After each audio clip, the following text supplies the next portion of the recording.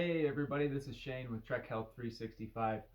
This week I want to talk a little bit about exercising at home. I'm going to give you guys some tips and show you my favorite exercise equipment to purchase to have at home that you can use in the event that you can't make it to the gym, or if gyms are closed, or if you don't have a gym near you, or if you can't access the Trek gym for whatever reason. Gives you some options of things to be able to have at home so you can still do strength and flexibility and aerobic based workouts. So before I get into my top pieces of exercise equipment to consider purchasing for at home, I'm in my home right now and I want to give you guys a little tour of my exercise space today. So I'll show you kind of what I've got set up, how my space is laid out, what types of equipment I have. Now keep in mind I have quite a bit because I've been accumulating things for years, but if you're just starting out, a few pieces of home exercise equipment and simple home exercise equipment can really go a long way. So stick with me. We'll start out with a tour and then I'll give you guys my feedback, my tips on top pieces of exercise equipment to purchase to have at home. So most of my exercise equipment is kept in our basement, and actually our basement ends up being kind of the main exercise space, and most of our basement is utilized for exercise. We do have a workshop down here and some other spaces, but more than 50% is set up with exercise equipment. So kind of in the main room here, in front of the TV, my wife's got her bike set up and I've got my bike trainer over here. Right now I've got my bike set up outside so I can ride in this nice weather we're having, but in the winter I spend time down here with the bike trainer right in front of the TV so I have some entertainment, or if you want to hook up Zwift or anything like that. I've also got some stability balls down here, a big heavyweight medicine ball. Things are kind of scattered about in this main room just because this is where a lot of exercise goes on. I've got my inversion table for stretching out the back, another stability ball. My wife's got some small dumbbells and aerobic stuff over here, another stability ball, some light dumbbells, medicine balls, things like that, aerobic step. I've got three plyometric boxes over here of different sizes. I've got a set of adjustable dumbbells down here. I also keep a lot of my race stuff down here, so all these bins that I've got over here are different bins with race equipment in them. If we go into the back room here, this is where more of my heavy weight equipment is kept. So I've got a weight set with a couple 100 pounds of weight to be able to put onto the barbell, along with my squat rack. I do have two different benches down here. I've got a fold-up bench, and then I've got a bigger bench that I can slide into the squat rack for doing all sorts of weight exercises. In the corner over here, I've got a punching bag if I want to do any kind of boxing stuff.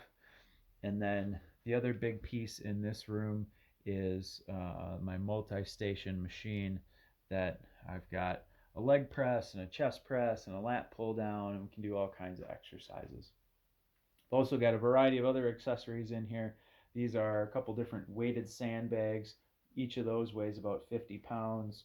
I've got some more medicine balls over here, more smaller dumbbells, kettlebells, other accessories standing in the corner here, an ab wheel, some PVC pipe for doing shoulder mobility stuff.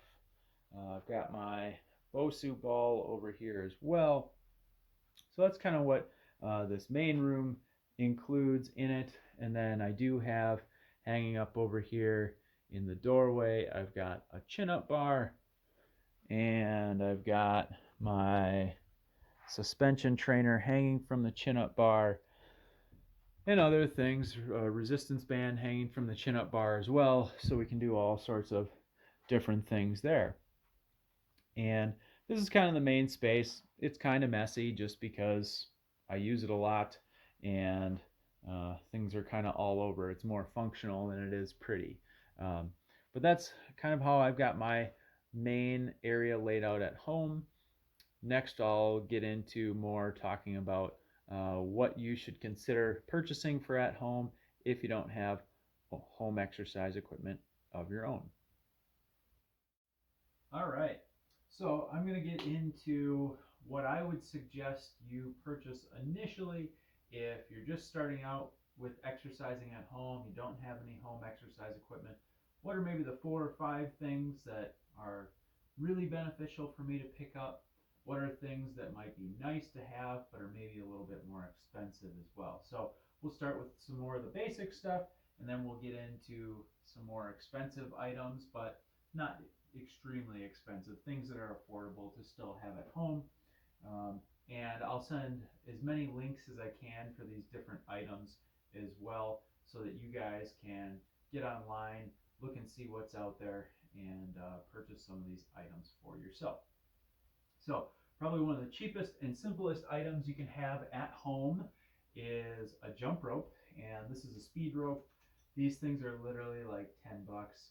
A lot of folks haven't jumped rope since they were a kid, but it's great for agility, and it's also a good aerobic workout. So jump rope is something cheap and simple that you can easily get for at home. Second is a set of resistance bands.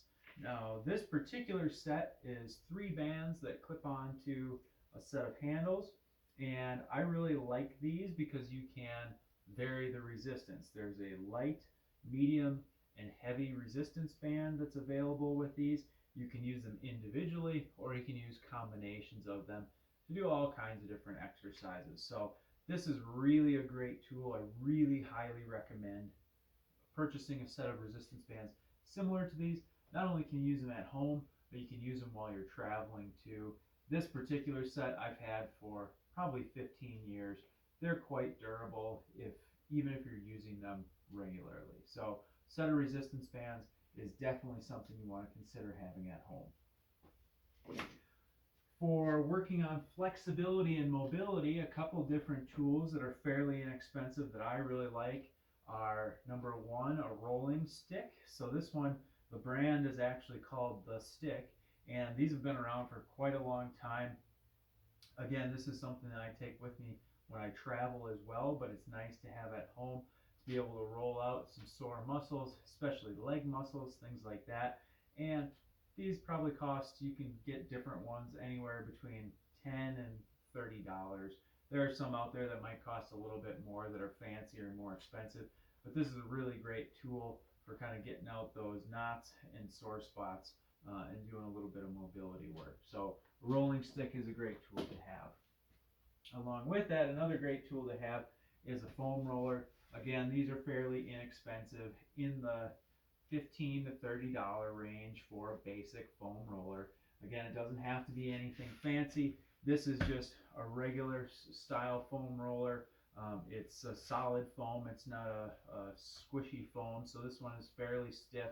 This is the 36-inch long version, and they're generally 6 inches around. And again, this is more of a mobility tool, but you can use this on a lot of different body parts, legs, upper body, all sorts of stuff. So a fairly inexpensive tool, but again, something good to have around.